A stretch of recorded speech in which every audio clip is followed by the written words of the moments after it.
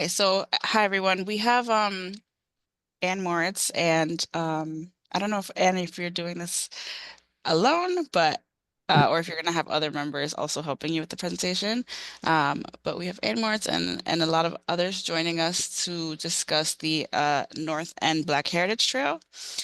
And since it's the first time that a lot of people here are interacting with the Events Exhibits and Trail Subcommittee as well as with the Commemoration Commission, I figured I'll give a brief overview of the Commemoration Commission and then we'll go around and do introductions and then Anne will go into her presentation.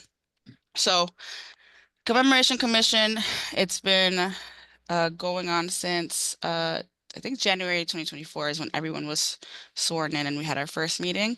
The Commemoration Commission is made up of, or was made up of 44 people. Now it's 39 people, if I'm not 20, I don't know, 39 people.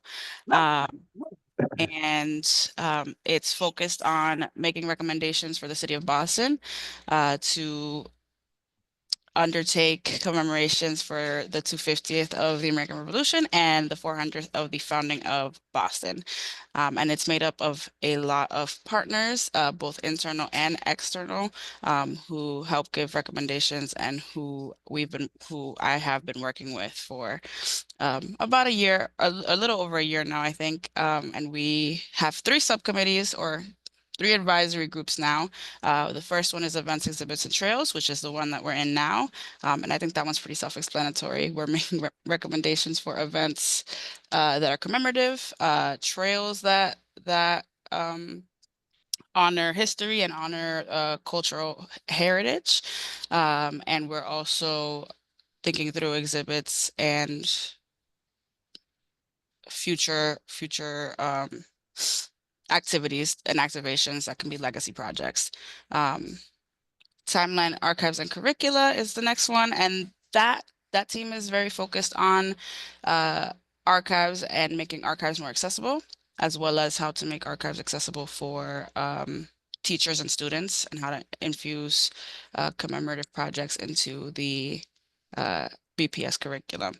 And then the final one is legislation and preservation tools. That subcommittee is focused on policies around historic preservation. So things like Article 85, which is the demolition delay of significant buildings, historic resource surveys, and they're focused on any other policy that might impact historic preservation. So that is the makeup of the Commemoration Commission, and I'm not sure if I'm forgetting anything, but that's a brief overview. And you guys can, I will put in the chat the website so you guys can check it out on your own time. Um, Now I'm gonna have everybody quickly introduce themselves, just your name, organization. So my name is Hennessy Pimentel. I am the Commemoration Commission Manager for the City of Boston, and that sits inside of the Office of Historic Preservation. Anne, because I see you. I'm Ann Moritz, and you will be hearing more from me in a moment. Thank you. Dave? Dave O'Donnell. I work with Meet Boston. Oh, I'm sorry. I Sorry. work with Meet Boston, the destination marketing org for the city. Thank you. Karen? Hey everybody, I'm Karen Goodfellow. I work for the Mayor's Office of Arts and Culture as the Director of Transformative Art and Monuments, and I use the She Series. Thank you. Melissa? Hi everyone, I'm Melissa Gallen. I'm a fundraiser. I'm here because I'm interested in this project, but I'm also working on the King's Chapel Memorial. Thank you so much. Bailey? Hi everyone, I'm Bailey and I'm working along with Melissa on the King's Chapel Memorial as well. Yeah. Gwen? Hi, I'm Gwen Cochran Haddon, and I'm an organizational consultant to North Bennett Street School. Thank you so much. David? I'm David Arnold, and I am a very interested observer here from the North End. Thank you. Joan? Hi, I'm Jonah Lacqua. I am the Executive Director of the History Project. We are Boston's Queer Community Archives, and I serve on the Timelines, Archives, and Curricula is the subcommittee of the commission. Yeah. Nat? Hi, everybody. Nat Chidley with Revolutionary Spaces. We care for and interpret the Old State House and Old South Meeting House. Thank you. Bob? Hi, I'm Bob Patens. I'm the curator and archivist at the West End Museum in Boston, and I was invited by Anne as a supporter of her project. Thank you. Carmen? Hi, I'm Carmen Fields, a former journalist and now an author of the volume Going Back to T-Town, the Ernie Fields Territory Big Band. I'm also former chair of the Museum of African American History on Beacon Hill in Nantucket and a friend of Anne Moritz. Thank you so much. Julian? Hello, everyone. My name is Julian. I am the communications director for Council President Ritzy Lujan. Thank you. Bonnie? Oh, no. Sorry, Bonnie. You're... Thank you. I'm a member of the planning group for a monthly vigil in support of Black Lives Matter in Jamaica Plain. And I had met Anne Moritz because she was a speaker at our vigil last week, and she was kind enough to invite me to today's session. Thank you. Thank you. Kathy? Hi, I'm Kathy Coteritas. I'm director of the Office of Historic Preservation, and I have the pleasure of sitting next to Hennessy. Good to see you all. Carrie? Hi, sorry everybody. My name is Carrie Greenidge. I'm a historian, professor at Tufts University, specializing in Black Boston. I'm currently part of the Tufts team that's doing the history of slavery and its ties to the city of Boston, and do a lot of work on local history. So nice to see everybody. My camera is off only because I have a dog that's going crazy in the background, but I'm listening. Thank you. Grace? Hi, I'm Grace. I'm the education manager for the West End Museum, and also, like Bob said, here in support of Anne's project. Great, thank you. Suzanne? Hi, everybody. I'm Suzanne. I work for the Freedom Trail Foundation, and I'm a member of this wonderful committee led by Kathy and Hennessy. Thank you. Oh. Thank you, Suzanne. Sarah? Hello, my name is Sarah Honeywell. I'm the Chief of Staff at the Boston Children's Chorus, and we're an organization that is solidly at the crossroads of social justice and inquiry and musical education. Thank you. Nikki? Hi, my name is Nikki Stewart. I'm the executive director at Old North Illuminated. We interpret and preserve Old North Church. Thank you, Nikki. Izzy? Hi, I'm sorry. I'm in a very crowded space right now if you can't hear me very well. But I'm a student journalist at Boston University working to profile the North End right now, and I've been in contact with Anne, and she told my teammate and I about this meeting, so I'm here to sit in and learn as much as I can. Thank you. Des?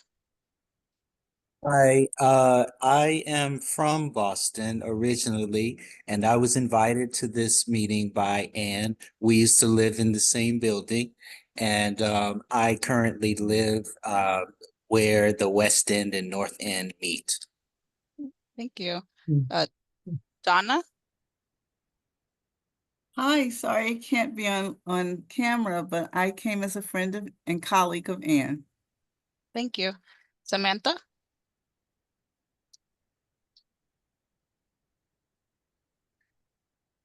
Okay, that's fine. Alexandria?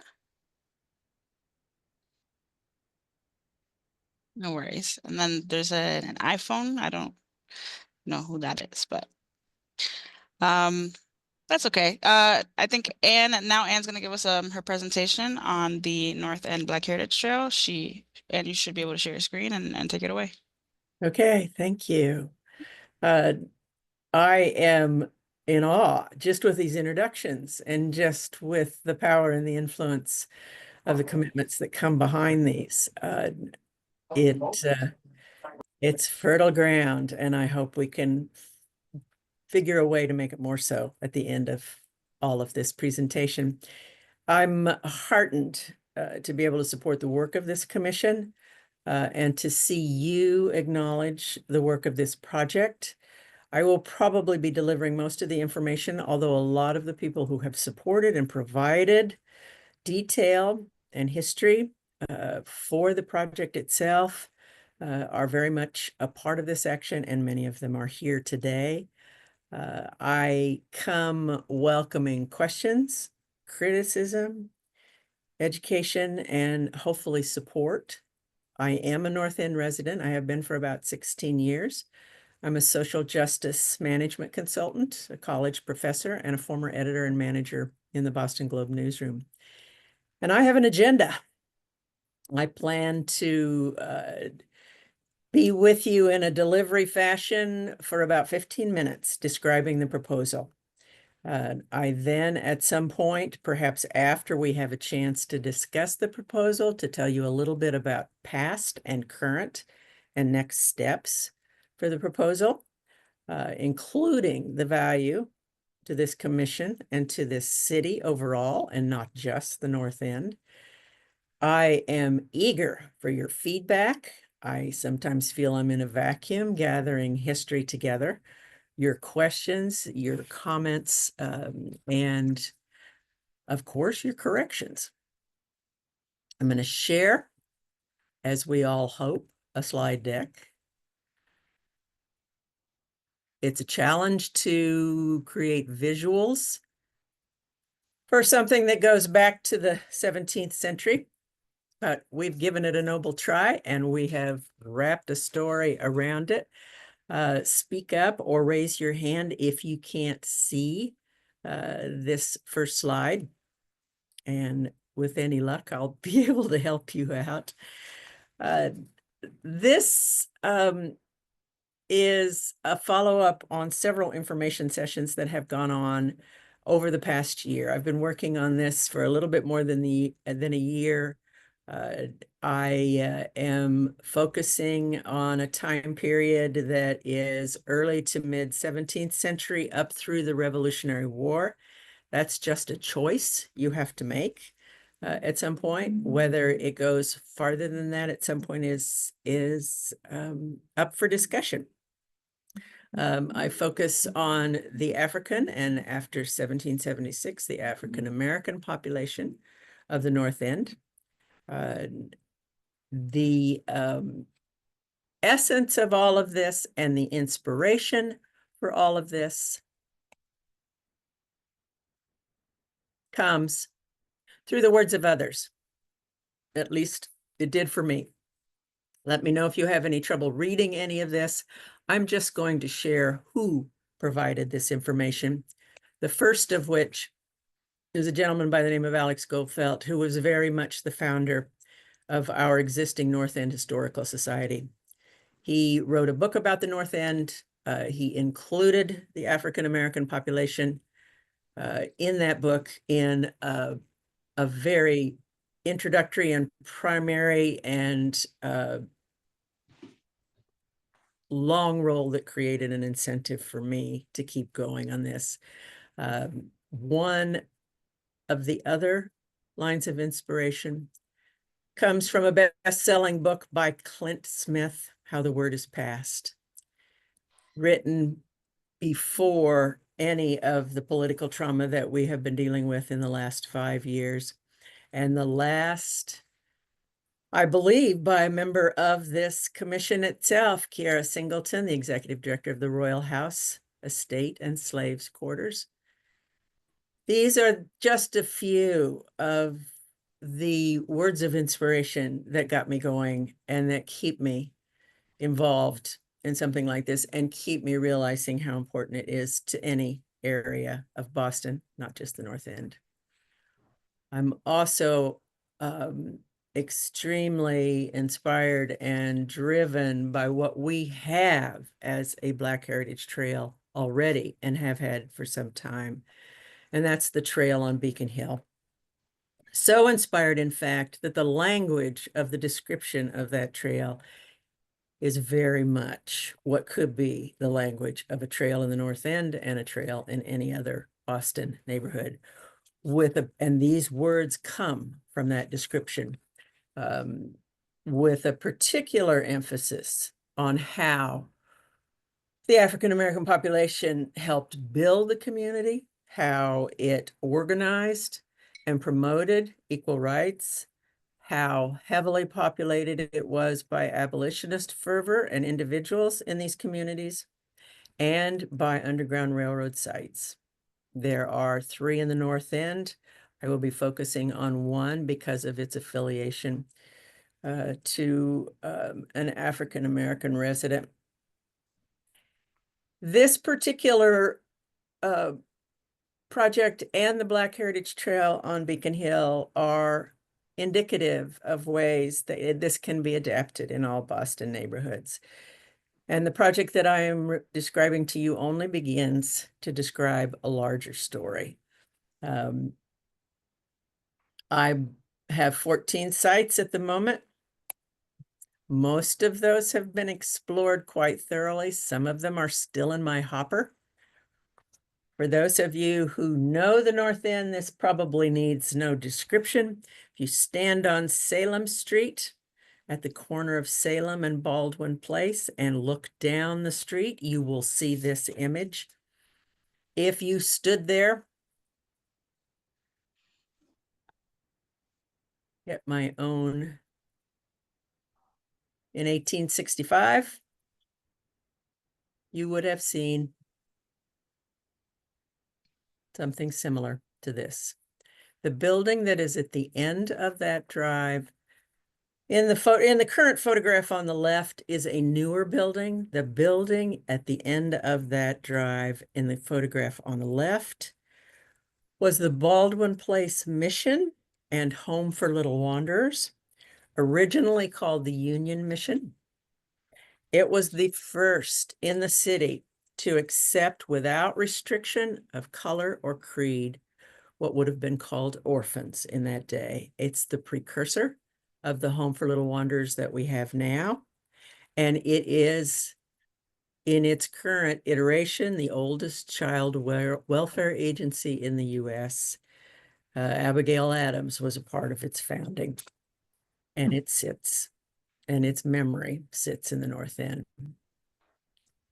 On this site, not this building, but on this site, would have been the home, one of many homes and an Underground Railroad site of Thomas Sims and the Ann Street boarding house.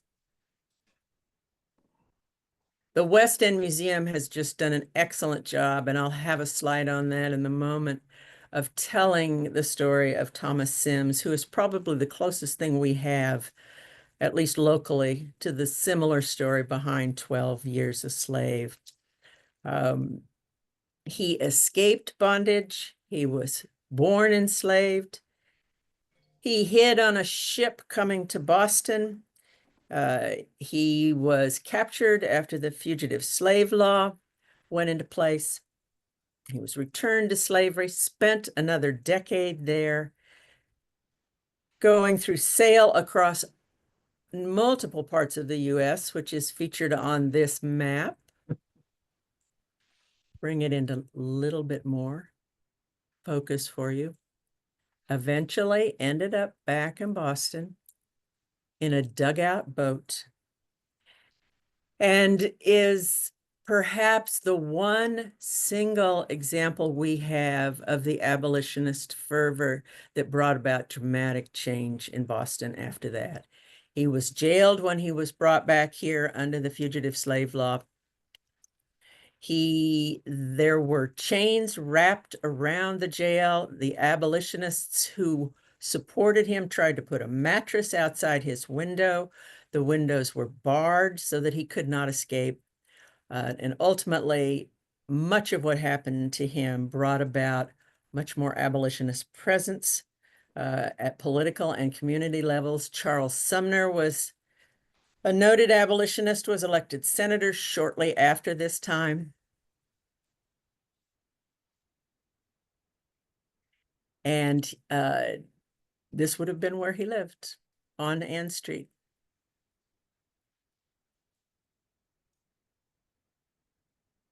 The West End Museum, in a still running exhibit on Illusion of Freedom, Boston and the Fugitive Slave Laws, gives this history in much more detail. I highly recommend it. If you haven't been there, this is another link in this wonderful chain of stories and representations that are happening in the Boston area now.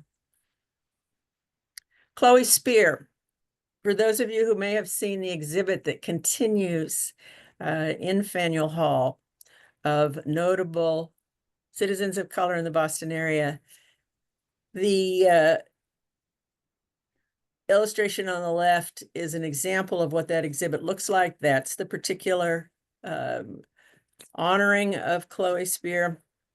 Her home would have been on what was called White Bread Alley at the time. It's now Harris Street in the North End. I have yet to figure out exactly where, because as you can see by the current photo, it has all been totally replaced by more modern buildings. She was a freed, enslaved, and later homeowner.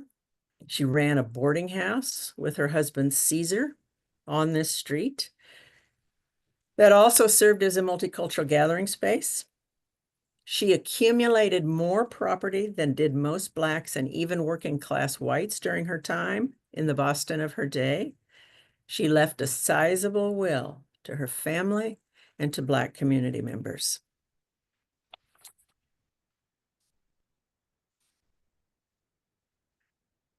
Another one of our neighbors. This, for those who are familiar with the North End, is the shot of Charter Street Park. It also, at one time, at 87 Charter Street, would have been the home of Harriet Jacobs. Among other things, an author who hid from her owners for more than 7 years before finding her way to Boston. A photograph of her. Harriet was a particular focus of the Athenaeum's Haydn exhibit not long ago, and deserves all of the credit anybody wants to get her. This is an illustration of the area that would have been Charter Street. If you imagine the front of the building and the fence to its left, Charter Street would have run in front of that. Whether or not that was Harriet's house, I haven't yet been able to determine. But that's what the park is now. If you look in the foreground of that picture, for those of you who know the Copp's Hill Burial Ground, that is includes part of that with the tombstones that are there. The one thing about this project over the last year is the amazing occurrences of things that were related to the project as it was being put together. And this is one example, because as I was preparing for a first information session in the North End, the New York Times published one of its must-reads, which you may have seen on page 1. And this was the must-read. They're usually 4-minute reads. They're somewhere inside the paper, but they're teased on page 1. This is Harriet's brother. And Harriet's brother was being written about by a book that had just come out by a professor by the name of Schroeder from the Rhode Island School of Design, who discovered newspaper clippings in Australia, where Harriet's brother John lived, and where he believed he could do a better job of writing because publishers in the US would not print what he had to say and the truth that he had to tell. I bring all of this up because in that New York Times article, we get back to Harriet. The book that she made famous is called Incidents in the Life of a Slave Girl. It is still in publication. You can check it out at the library. The copy that I got recently was published only about 4 years ago.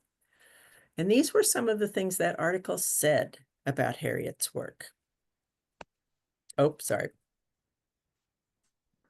Inspiration, partial inspiration for the Underground Railroad by Colson Whitehead. And there she was on Charter Street in the North End. Not the original door, but it is the original address on Hanover Street of Onesimus. An enslaved man owned by Cotton Mather also advised Cotton Mather on some of what he knew about how the smallpox vaccine, which during that time of 1721 was running rampant, how it could be dealt with. And the method that he knew and the method that he had seen practiced from his homeland was a live vaccine, and was obviously a great deal riskier than what we have today.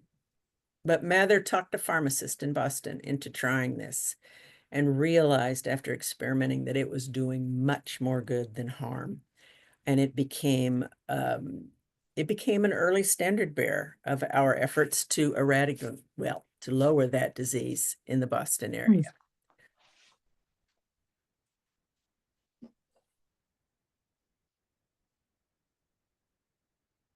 This rather obscure looking area in the picture itself is a monument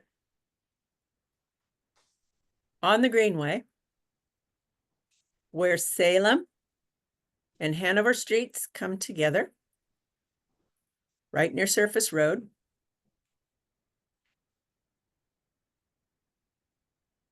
Technology and I are having a little conversation here.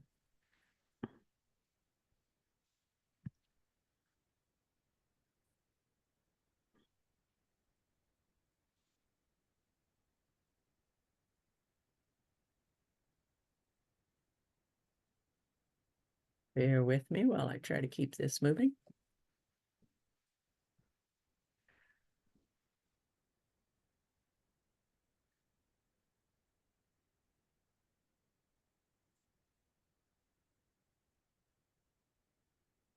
Thank you for your patience.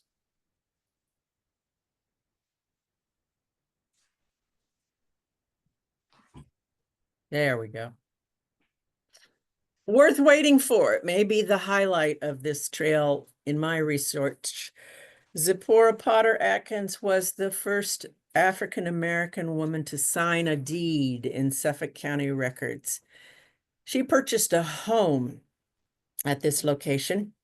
The carved ZA of her initials are also carved into the granite that sits atop the wall that you see in the photo on the left. Many of you, no doubt, have been there. Another in a series of happenings as this project was being put together was an effort by the Greenway Conservancy to honor this bit of history and to lift up how valuable it is with a project that they invited the public to participate in. They called it Going to Ground. They asked people to submit samples of dirt from wherever they chose, but to send in a story for why they chose that dirt. They used that in this art project to create the bricks that serve the base of a structure that now represents Zipporah's home. This is pretty much exactly where it was on the map on the previous slide that I showed you, right next to what was Mill Pond, filled in after this time. This structure is there today. There's a wonderful biography of the artist that the Conservancy commissioned and how she designed the interactive nature of this. It's a beautiful example of not only what we learn when we look back in history, but what it means to us today and what it means to live in this area today. In its earliest years, Old North Church saw more Black congregants baptized than any other church in Boston.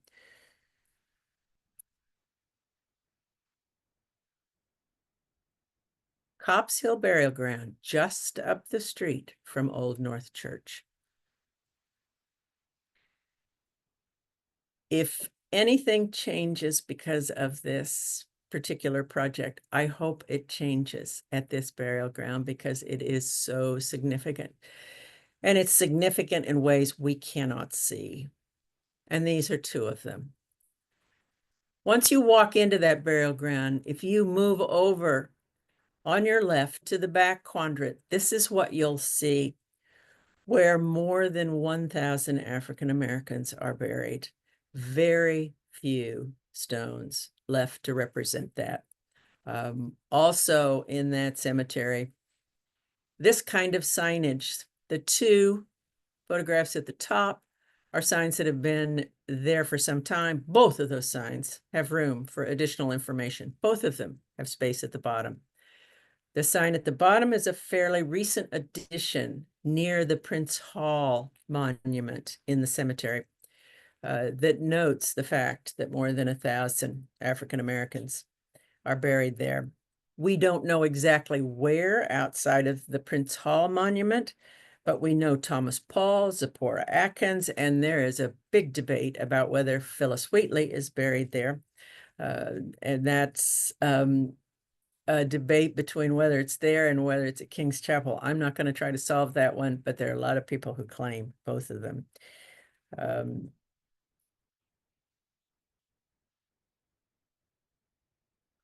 St. John the Baptist Church on Moon Street, which is now the location of the St. John School, was at one time part of the responsibility of Father James Healy, who later became the first African-American bishop in the country. He moved on to serve in Maine at that point, but he did have time in the North End. He was responsible for the church that was there at the time. Also, just around the corner, literally around the corner, this is the intersection, that's also still the school, it's just from another corner, was a boarding house of Charles Batiste, who was an abolitionist honored by the Boston Public School System, among other things. He operated a boarding house for Black seamen who at the time were confined by laws from other states that Boston chose to honor, not to be able to leave their ships while they were in harbor. Batiste found a way to get them off the ships, had a place for them to stay, and we can call all of that noble effort North End related.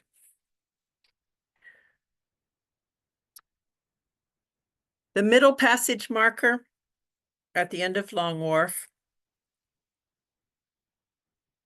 a designation of where enslaved people both came in and left, and they remained active through the fugitive slave law period, and is now a UNESCO World Heritage Site as well. If you haven't been there, if you haven't stood at the end of Long Wharf after you've taken in the information on this signage and turned around and looked out, and then turned around again and looked all the way in to Old South Meeting House, and imagined what the travel was like up and down in Long Wharf, it's worth doing, because these are things that have not changed. That granite is still there. Those steps they walked on are still there. And in all that is challenging about a project like this, in finding visuals and finding something you can touch, it's there on Long Wharf. These are all parts of the signage that is there. Two things in the hopper that I'm continuing to research, and that others continue to help me research, are the earliest known African-American religious community in Boston and its representation. The other is something that was called the headquarters of the colored people, which would have been what we call the Prado now, behind Old North Church. Attorneys, doctors, surgical heads of professional societies, African-American, all of them living on that street.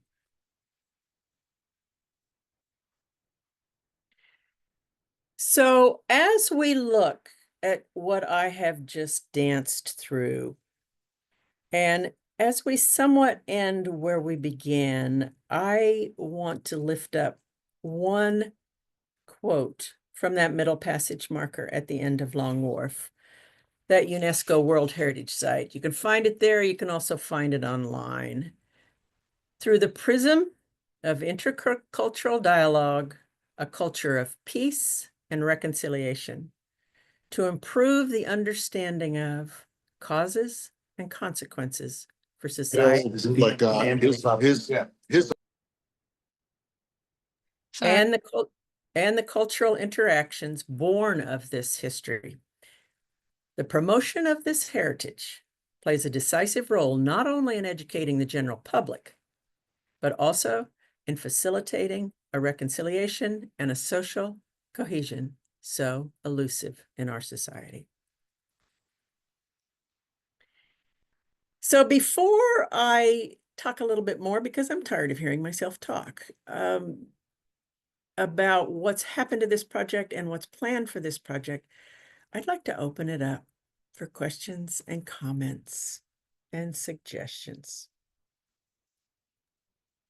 I saw someone commented in the chat asking if the proposed North End Heritage Trail is going to be walkable. Oh, indeed. And I had a feeling these questions would move us into next steps. My dream is to see it online and to see it in a way that you can now see with the Boston Women's Heritage Trail. You carry around your phone and it takes you for a walk. That makes considerable sense too, because so much of what I have shown you in this project is privately owned. And I don't want any negotiations with folks to slow this down. And doing it online is a great way to keep things moving.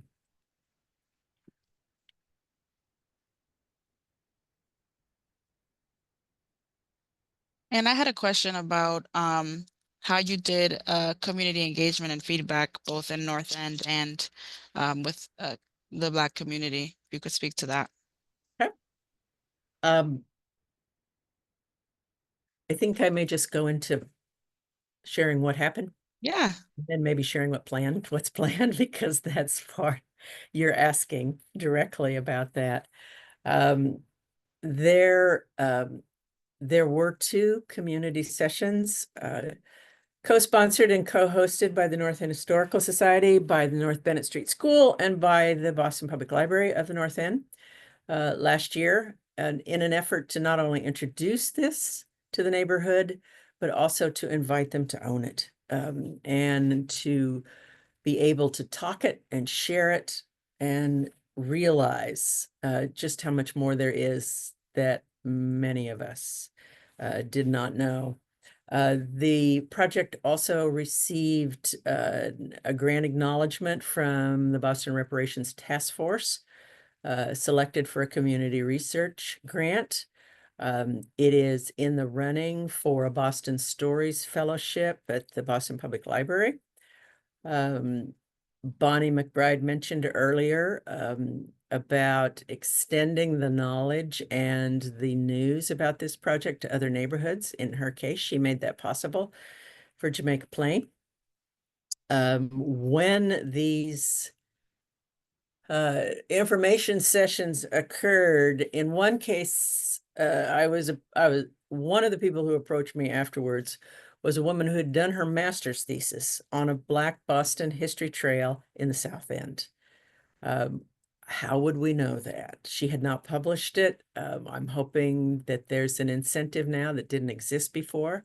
During the second information session, several people who had shown up from Charlestown with an interest in their history stayed after the session and met with each other about the possibilities. So while that doesn't directly address how this word is spread to communities of color throughout the area, I'm hoping today is one more example of how that happens. There's no budget for this project right now. It is not yet associated with a 501c3. It will need to be to move forward. But it's still in those kinds of preliminary stages, which I hope something like this commission, this 250th, the anniversaries that we have coming, will just be jump-starting mechanisms for helping this move ahead. And as long as I'm on this track, I might as well mention What's in store so far? The Leventhal Center at the Boston Public Library is interested in a common landing page for all trails in Boston. Knowing full well that if you come into this city, or even if you live in this city, that there is a plethora of ways to tour this city that sometimes they're called trails, sometimes they have other names. But to be able to go to one spot and figure all those out and figure out something about them, I think is a beautiful thing. It's in the running for my new North End podcast series, which is in its planning stages. I will be meeting with some of the folks from the Tufts African American Trail Project later this month. We have a date. This is also, I think it's really important to point out because you can get tunnel visioned with some of these projects. This is just one look at history in the North End. This leaves wide open a door to the unceded land that we are on of the Wampanoag and the Nipmuc and the Massachusetts. That's a history here too. This is not just the oldest neighborhood in Boston. It is before all of that.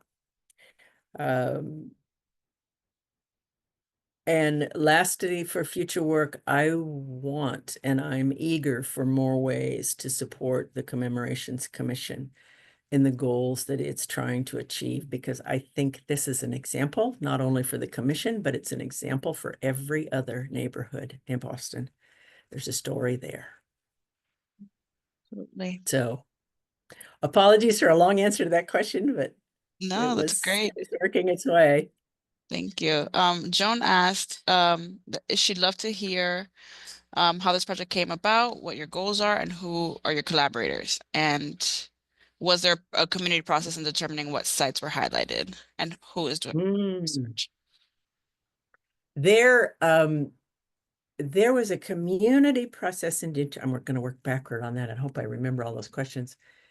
There was a community process in determining the sites with some constant, sometimes more than daily association with the executive director of the North End Historical Society.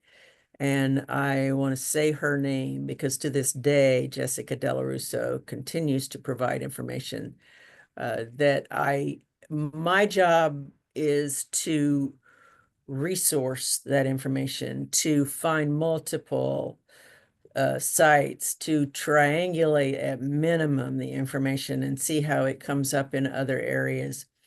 Having said that, I have not had to do any primary source work myself. It's been done. It's out there. It exists. I have just been organizing, and I'll continue to organize with any other sites that are mentioned. So I've just taken what was thrown at me. I was a learner in this whole process. I've served as a clearinghouse, and I have little doubt that there's more. And just putting this out as a suggested process and a suggested project, I think is going to invite even more history. The nice thing about being online too is you don't have to worry so much about how many sites you have. You can just let people choose. Thank you. And there were more questions in that. Did I catch them all? I'm not I think so. But she I was asked, gonna say sorry. Sorry, I gave you like a full laundry okay. list of questions. I didn't want to forget what I wanted to ask about. And yeah, I think I'm just curious, unless I missed something, like how did you start working on this? Like how did you determine there was a community need for this project? There was a lot of really wonderful historical information. But as a public historian who also works on interpreting historic sites, I'd love to learn like what was that thought process there? How did you bring in collaborators? Like, and Thank what's you. going to happen with it? You're welcome. That's also like 10 questions. I apologize again. That's quite all right. I just take it as an indication of the level of your interest. The incentive for doing this in the first place, as a woman who identifies as white, I made a choice to move to the North End that was based on a lot of factors. And it would not have been my first choice. I was not comfortable, and decided that in an effort to make silver linings and the best out of situations that you don't always choose, that there would be ways. I didn't know what they were going to be, but there would be ways. My work in social justice consulting gives me lots of crazy ideas about the kinds of incentives that can happen. That stayed with me through my time with Alex Goldfeld, the first quote that I gave you at the beginning of the slideshow. We had many conversations about it. I edited a lot of his work. We traded back and forth. I knew there was more. It was not, Joan, until a tipping point about a year ago, when this same executive director of the North End Historical Society at the time, Jessica Della Russo, gave a presentation for the North End community on the history of Jews in the North End. Not only was that topic intriguing, but when a friend and I decided to attend, it was standing room only. They had to keep asking people to get out of the doorways of the space because it was a fire code hazard. And I thought, if there's that kind of interest in a population that is no longer significant in numbers in this neighborhood, then there's going to be an interest in other populations. And that's when I started looking, and I got a hold of her afterwards, and I said, this is what I want to do. I know you're an historian. I'll take whatever you want to give me. And that was the beginning. I thought, I'll have 4 or 5 sites and we'll see what we can do with that. And we had 10 sites within 6 or 8 weeks. I cannot overstress how much of this is there. Our culture has told us for centuries that's not important, but it's there and it's been done. And there are people on this call right now who have done it. We just need to be able to give it daylight. Was there one other question, Joan? No, that was great. There are other questions in the chat, so I don't want to monopolize anything. Thank you so much. We can talk more afterwards. Yes, Donna says, can you say again what years this show covers and when the African Americans started to leave the North End, if you know that? Say that one more time, that question. Yes, can you say that what years this show covers? Oh, and then yes. if you know when the African Americans started leaving the North End. First question, it begins in 1638 and it goes only as far as the Revolutionary War. That's a choice. Those are flexible boundaries, but it had to be contained in some way for a beginning. Wow.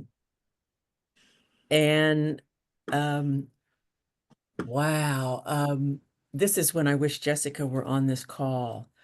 She'd be a far better person to answer about why populations left. There were multiple reasons.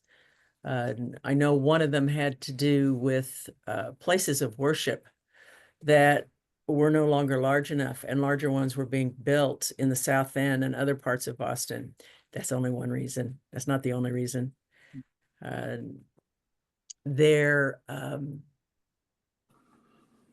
I have found that a lot of the people I have researched had their own businesses, had their own service functions in businesses they owned. Those either moved to larger or moved to other places. Again, just one reason. It's a great question. And it deserves a better answer than this. I have just not done my research in that area. Thank you. I think Izzy asked, have you seen the word about the North End Historical Society's museum project? How do you hope the North End Black History Show or Heritage Show is potentially involved in that project? Yeah, I have. And that's a very fresh situation. It is space that involves a first floor of a building. on what they call Little Prince Street. It's on the Freedom Trail. I think the head of the Historical Society had planned to make it Tom DeMiguel. If he's here, he should be answering that question. If you see him on one of these pages of this screen, please let me know. I think they're in such an early state that they haven't given thought to the content yet. I'm there, they know this. Tom has been at both of the information sessions. He even brought back a larger group to the second session. So we're in touch, and Jessica Del Russo remains a part of their leadership and a part of their board. Beyond that, this is a work in progress, a very productive work in progress. I look forward to seeing this story illustrated there with just as much enthusiasm. I look forward to seeing how this entices other neighborhoods to do the same thing, and ultimately is more of a Boston Black History project, not just the North End. So that's a big part of my focus. Thank you. Jennifer asked, can you talk more about how the local Black community is involved in this project? And Julian asked, how do you think we can further engage the community in North End to participate? There's an advisory group for this project, primarily of members of the community who identify as African American. They're not all North End residents. Some of them may have been in the past. Some of them are colleagues in social justice work, and all of them have been to at least one of these information sessions. So their interest is a very early one. When we move to another stage, I make sure that it's happening with all of their input and all of their advice on how to do it. There are about half dozen to a dozen residents in the North End who identify as people of color who have taken a particular interest in this. They're either part of that advisory group or they are definitely part of my communication list. There was one other question in there, wasn't there? Or did I miss it? No, I bundled them together, but the second part was, how do you think to further engage the community and to participate in this process? One of the ways of further engaging is being here today and having the privilege of a lot of very busy people taking the time to be here as part of this. You have engaged. I am heartened and inspired, and you make me want to keep going. Jessica De La Russo is joining. Oh, there she is. Yeah, she said both Paul Revere House and Old North have engaged in historical research and or programming on Black residents in the North End. So I know we're reaching 3 o'clock, so I want to make sure that, and if you have any specific questions for the stakeholder members, to make sure that you get them in, because I'm sure people will have more questions to ask you. Yeah, and I hope you save this chat because I'd like to be able to go over it and see where I can be more thorough, and see where it helps me figure out how to go next. I do have one last word, and this is something that ended the presentations in the North End, but I think it's appropriate here too, because I think it certainly helped me understand why we do this history in the first place. And if I can call this back up again.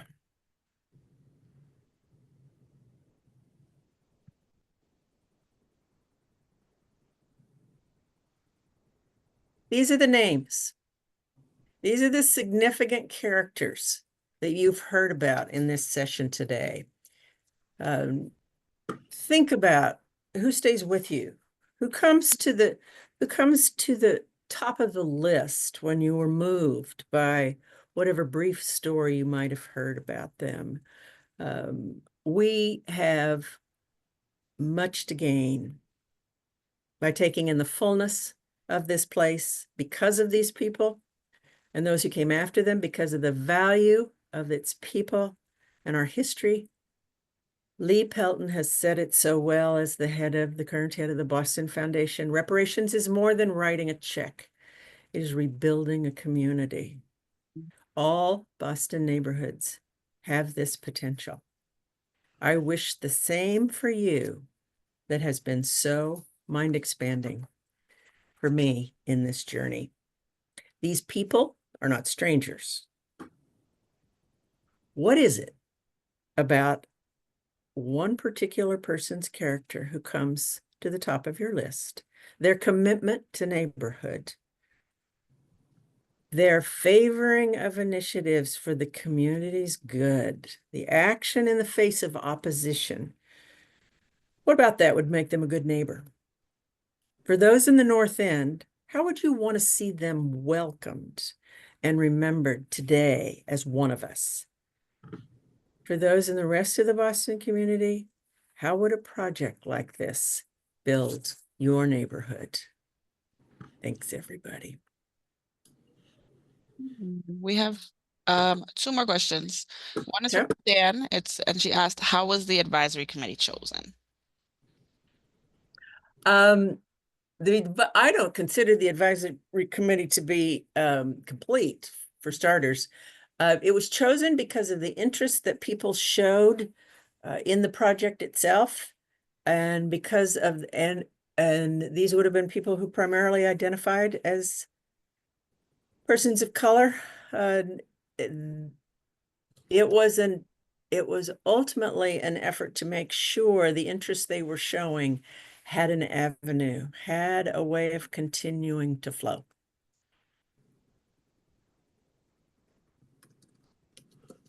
And then somebody, Bailey asked, do any of these 14 proposed sites, especially individuals, have family estates or similar organizations to connect with? Do any of the 14 sites that I mentioned today? Not to my knowledge. We've made them into sites. We have lifted them up. They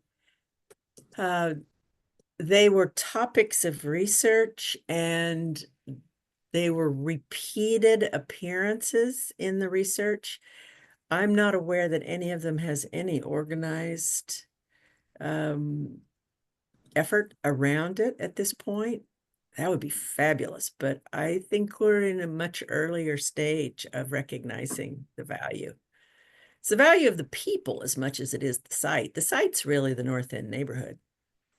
It's the people we're lifting up, with few exceptions.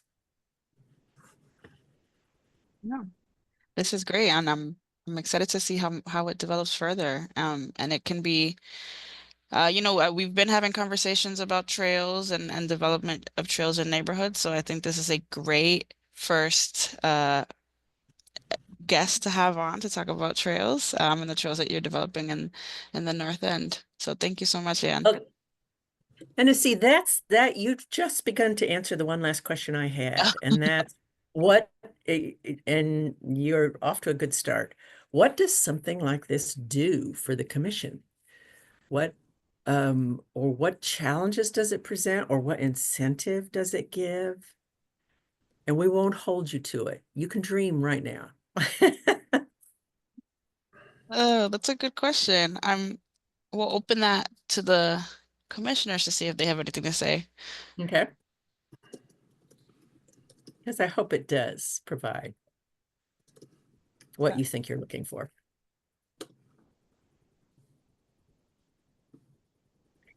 Hennessy, would you be sure to save the chat for me, or I'll stay on long enough to copy it myself? It's a gold mine. I can save this for you, of course.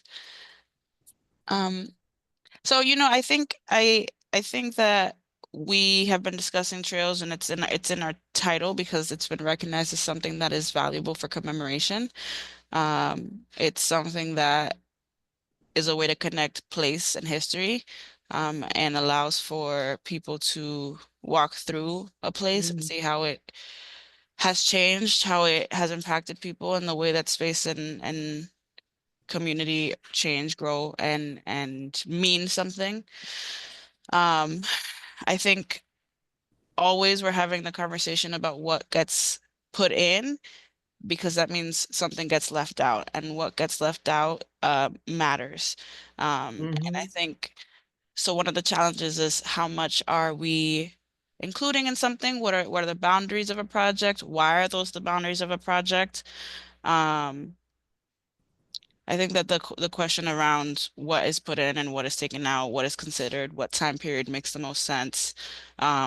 If it's a neighborhood one that's more general and not specific to an ethnic group, how do we ensure that the things that are chosen are representative of a wide variety of the groups of people that have lived here? So I think that's definitely some of the challenges is, of course, we're not going to make everyone happy, but how do we make a good, holistic trail? And I think one of the successes are exactly what I think comes out of this project, which is that it elicits a response, right? It's what you've been saying. It elicits excitement from people. People are interested in finding something new about their neighborhood, something new about their community, and the kind of work of uncovering something that didn't exist, that you didn't know existed in your neighborhood, is very fruitful, I think, especially when our neighborhoods are known to have such strong connections and such strong historical connections to specific communities. It's always fascinating to know that migration is always at play here, and that movement is always is part of the human condition, and we can, categorize it, we can understand it, we can commemorate it. And see, I think you said something very important, and I just made a note of it, and it's an attitude shift that can happen. Obviously, it can happen very quickly with this project, but it could in general, and that's that we be a lot more emphatic about how it's a work in progress, and that we be a lot more open and inviting about what people would add, what they think is missing. This project is not limited by, not if it's going to be online, it's not limited. As long as the citations are strong, as long as the primary source work has been done, as long as there's a sense that it's historic and accurate, you've made me think creatively about how you ask for more. Right. Bob asked if you are considering working with the existing NPS Black Heritage Trail. Noelle Trent and I have been in touch since the very beginning of this project, and we met fairly recently. I don't get the sense that the Museum of African American History, which is the entity that owns the intellectual rights to the Black Heritage Trail, that they are in a position to take on even the North End aspect, let alone the other neighborhoods. It may need a larger 501 entity that is much more ready to take on the notion of this value for the whole city. But we definitely know, and I think she's on this commission, and she's on my communications list. So, all right. Yes. Okay, well then I think if we don't have any more questions, we'll close out the meeting a little early. Thank you, everybody.